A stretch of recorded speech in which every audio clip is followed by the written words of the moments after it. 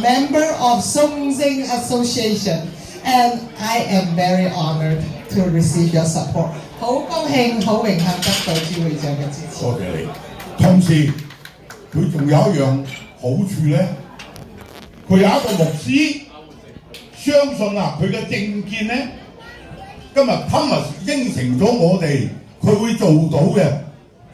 我諗啊。And then on top of that, he said, she is a pastor. She is a Christian pastor.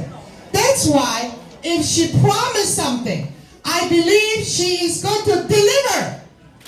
所以我哋大家應該要全力，一定要支持，希望邱海倫能夠競選成功。